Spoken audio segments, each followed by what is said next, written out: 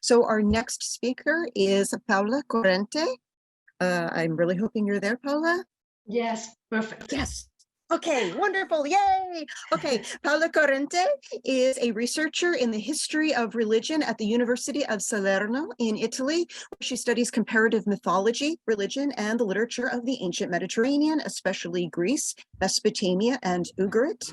Her current investigation focuses on the motif of divine kingship, so you know she's going to be all over Frazer, and she's going to be speaking to us about the resurrection of Frazer's dying gods in the ancient Mediterranean mythology, a fresh take on the divine death and resurrection through comparison, the case of Baal, Inanna, Ishtar, and Dionysus.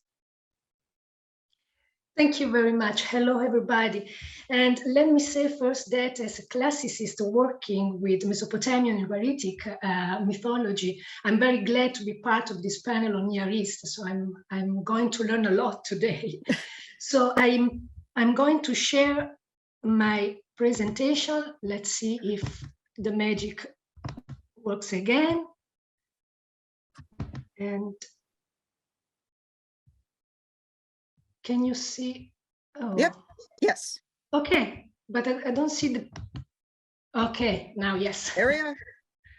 Okay, I will prepare these two. So yes, indeed, I'm going to talk about the most famous and contested categories in the history of religions: the dying gods, the gods who die and resurrect. Nowadays, this category is considered not valid. Most scholars agree on the scarce accuracy of Frazer's interpretation, in my opinion, not because the typology is de facto wrong, but because the academic debate have become a repetition of fashionable critical positions. Now, of course, it would be impossible to address all the issues raised by such an elaborate topic. So in this brief presentation, I chose to focus on the myth of Dionysus, Baal, and Inanna Ishtar, and on the crucial points of the divine death and resurrection, using the perspective of the history of religion. So towards the end, I would like to present some methodological and theoretical thoughts. So for Frazer, the death and rebirth of gods was the representation of natural cycles. Dying and rising was a label embracing a range of heterogeneous gods from Mediterranean cultures like Osiris, Adonis, Marduk, Persephone, Dumuzi, and so on. Critics had quickly noted the weak spots in methodology and contents. One was a generalization, since too many different deities were grouped under the same umbrella. Another one was a vegetation as the genetic context. And finally, the very notion of death and resurrection. Perhaps the most renowned critic of Frazer was Jonathan Smith, who deconstructed Frazer's dying gods. I'm going to make reference to the article he wrote for the Encyclopedia of Religion in 1987, and that was reprinted in the second edition in 2005. Despite the fact that in the meantime and before too, more balanced studies in their assessment of Frazer's work were published. I put some of them here, there are a lot, and I would like to, of course, Mettinger, you all know this work, and then we have this Italian book, which is not favorable totally to Frazer, but is very, again, balanced in the assessment of Frazer work. And then as for Near Eastern scholars, I think the issue of dying God is not very popular, so to say, as you can see from the telling title of the Mark Smith article, The Death of Dying and Rising God. But I have to refer to Nicholas White, that has a different consideration of the case of Baal. And then we have heard before the mention of Jacobsen, that talk of dying gods, or Lipinski, for example, and Kanye and many others who uses this classification to talk of deities in Near East. So back to Smith's article. In Smith's view, the death and and resurrection were only presumed, and it had to be understood mainly symbolically as a temporary absence and reappearance, disappearance and reappearance. So he talks of the pattern of alternation. And from the article's inception, the author's position is very clear, and I quote, "The category of dying and rising gods is a misnomer based on imaginative reconstructions and exceedingly late or highly ambiguous texts." In response to this statement, I shall comment the myth of Dionysus, Baal, and Inanna Ishtar, possibly the most limpid cases of divine death and resurrection. I will start from my beloved Greek god, Dionysus, the god of wine and ecstasies. On the death of Dionysus, we have various sources, not always homogeneous. I put here one text about one of the traditions of the death of Dionysus.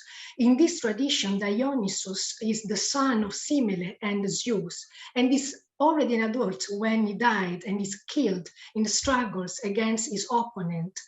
And here there is, for the same tradition, the text of John Malalas about the tradition of Delphi, where Dionysus is a dead god and his tomb is worshipped. But we have the most complete tale of the death and resurrection of Dionysus in the so-called Orphic tradition, where Dionysus, the infant son of Zeus and Persephone, dies by dismemberment at the hands of the Titans and returns to life. The first Dionysus we have seen before stay dead. Instead, in the Orphic tradition, or the so-called Orphic tradition, he returns to life. So again, the Orphic tradition is a very composite tradition. I put just a couple of texts just to see what they say, because the basic plot of the dismemberment of the baby Dionysus is the same in all the texts we have. So we have one example here and another one here, and again, he is torn to pieces. And then about the resurrection, again, I put just a couple of texts like this one, which is Diodorus. This other one, which is Himerius. And here I put all the verbing about Dionysus. So as you can see about the death of Dionysus, the verbs are very concrete. Occidere, sparasso, and diaspao, which is the dismemberment. And as for the resurrection, instead, the verbing is quite metaphorical. You see, it's referring to the age, or this is to wake up, or a classical verb about coming back to life in the different form it can manifest in Greek. As for the interpretation of Dionysus' death and resurrection, in ancient and modern studies, it has been understood mainly in comparison with the myth of Osiris and within the cultic praxis of mystery religions. So now, if we go east to Ugarit, we have another beloved of my gods, Baal.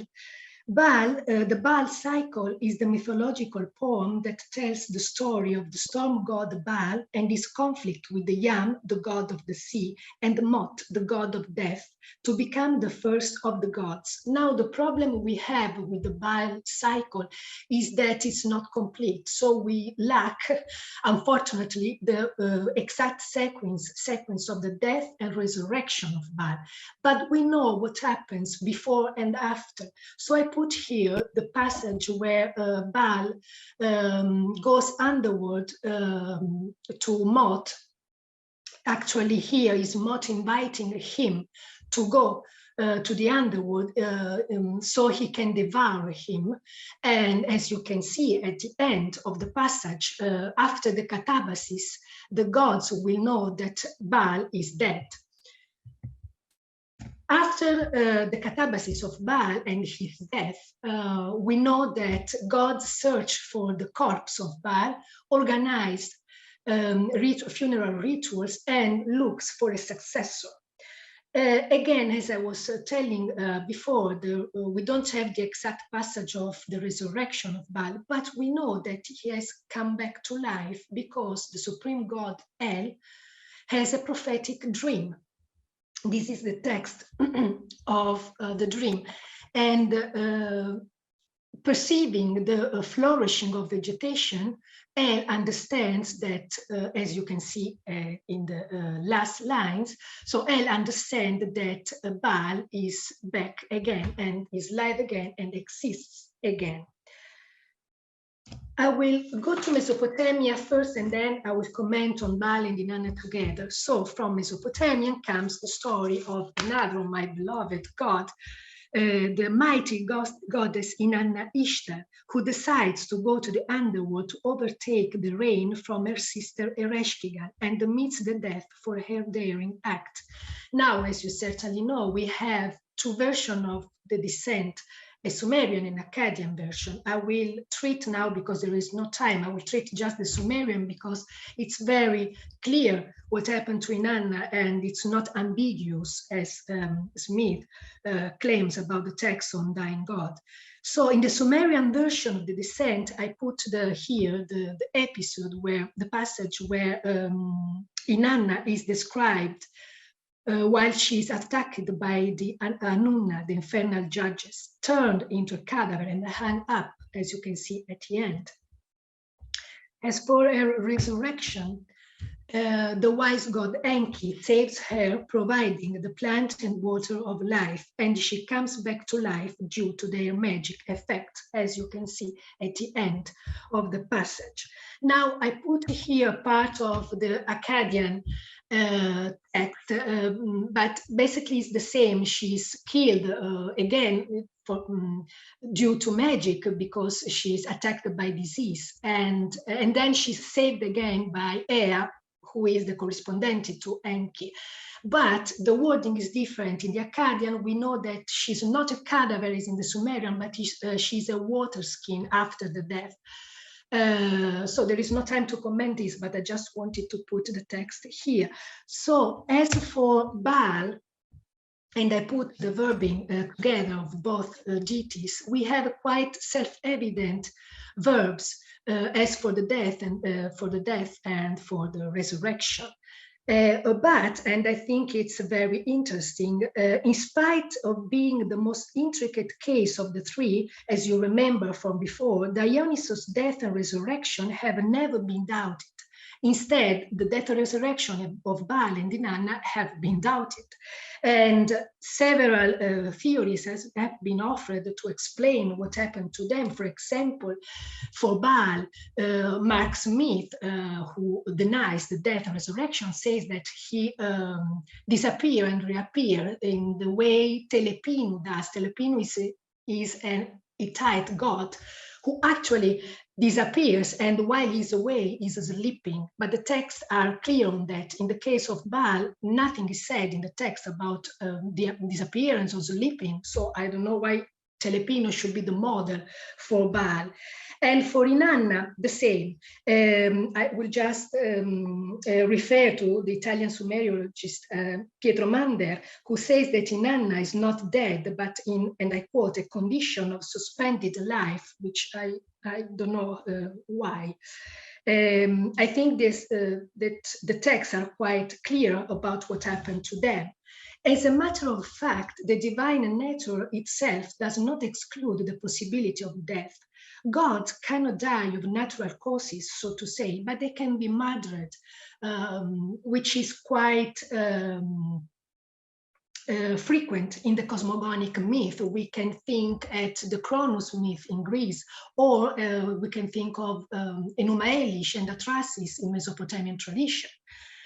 As for the fact that the death proves to be temporary and can be reversed does not mean that it's not real and that we have to look for another classification.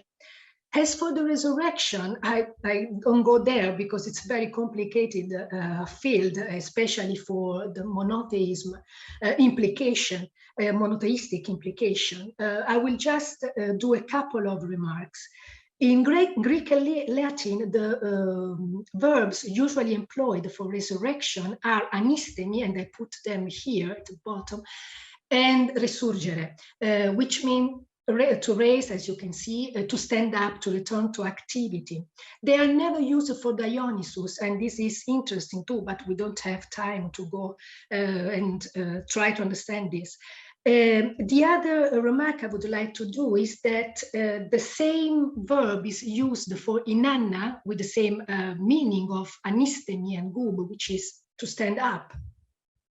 So since these two verbs, anistemi and risurgere, convey the idea of reestablishing something that had been interrupted for some reason, I come to the idea that when we talk about the pagan deities resurrecting, we must simply understand that they return to the life they used to have before it was interrupted by the death, and they have all their functions restored, which was the important part for the people because they wanted to have their gods powerful and able to intervene for them. And before we have said that Smith thought that the texts about dying God were late, which is a concrete problem because especially for some gods like Dionysus and the Phoenician deities that we can't treat now, the texts are late.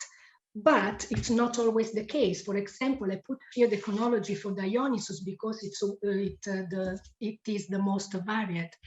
So you can see they are not very late taste. These one are, of course, from Christian time, but we can go back to the 1st century BC and through the text of Philodemus that I put at the beginning, we have the mention of another author, Euphorion, from the 3rd BC. So we can go back. Obviously, this problem does not present itself for Baal and Inanna, whose texts come from the 3rd and 2nd millennium BC. So they can be influenced from Christianity. Finally, these three myths give a glimpse of a mythological context other than the naturistic. This mythological context is the context of kingship and succession, as we have seen in the Baal. Because in Dionysus' story, the jealousy for his position as the heir of Zeus drives the Titans to the crime. And Inanna Ishtar's lust for power urges her to confront Ereshkigal. So I think that this scenario is very suited to our gods because the cosmogonic narrative of order versus disorder and divine kingship and succession lays at the basis, and it's the premise of polytheism. So it's something that we can think about when explaining this kind of death and resurrection of gods. Besides, this new scenario can widen the exegetical option for the death of Dionysus, because as I said before, we tend to explain it under the mystical and the mystery religion of antiquity.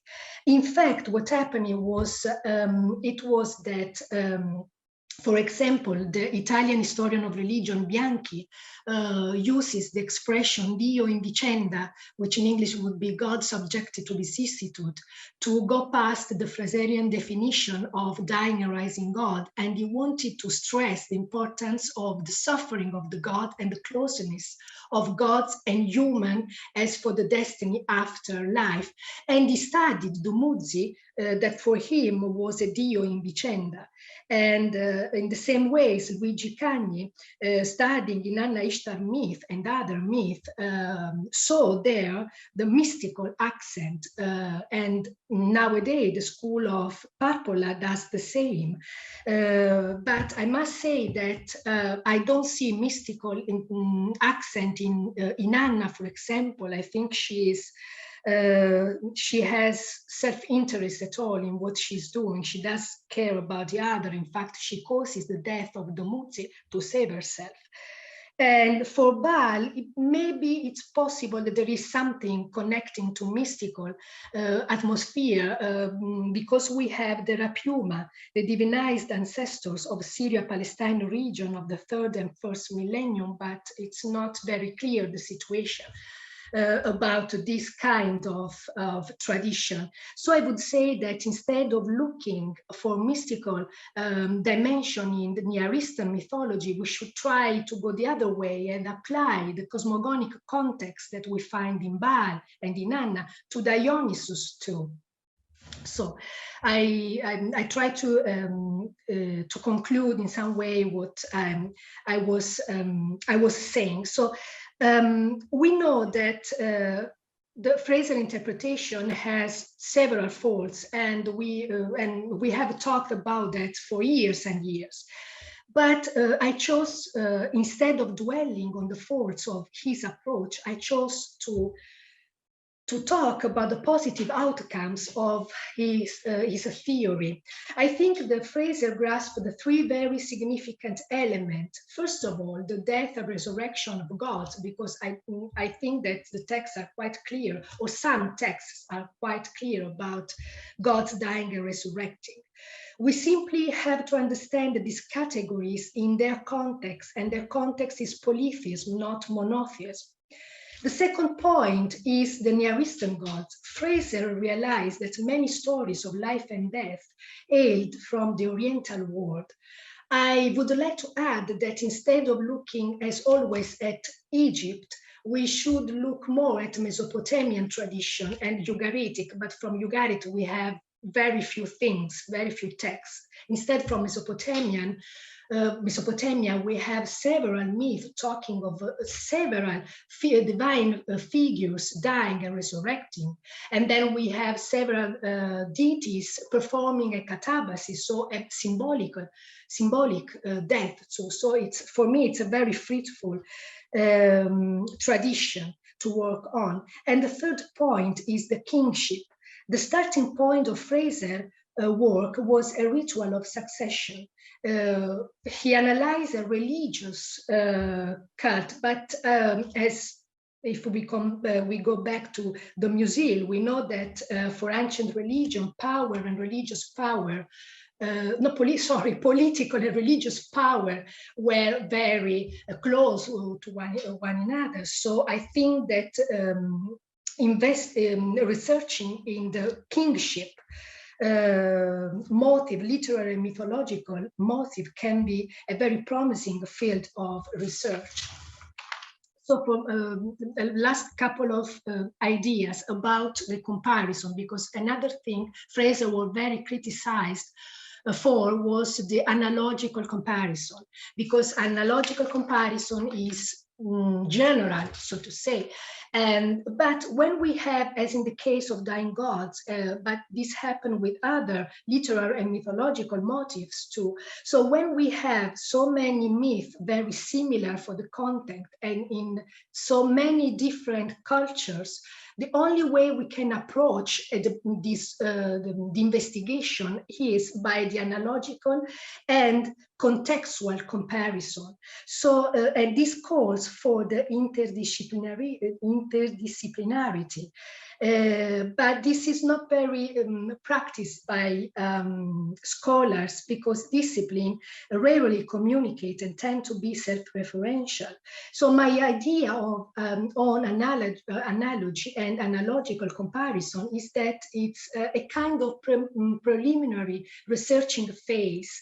So to have the broader vision of the situation, and then of course we need to do an historical investigation and interpretation, because we have to be more accurate with the differences too. The very last thought is about the vision Frazer had, which was all-encompassing.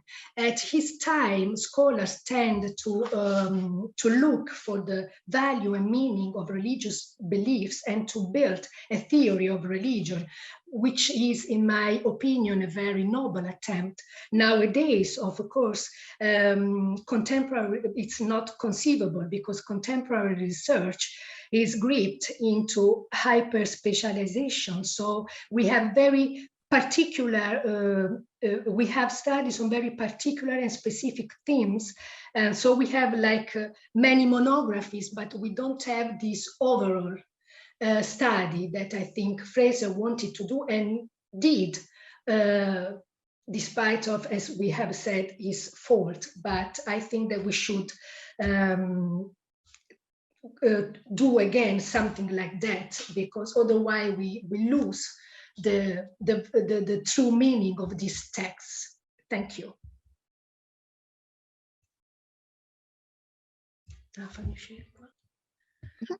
Sorry, I wanted to just leave here my the reference to the work I'm doing on this subject, because of course I couldn't explain everything. So if someone is interested, I have my book on dying gods. So and then this article about the kingship in Near East, and I'm treating these themes. I try to outline today.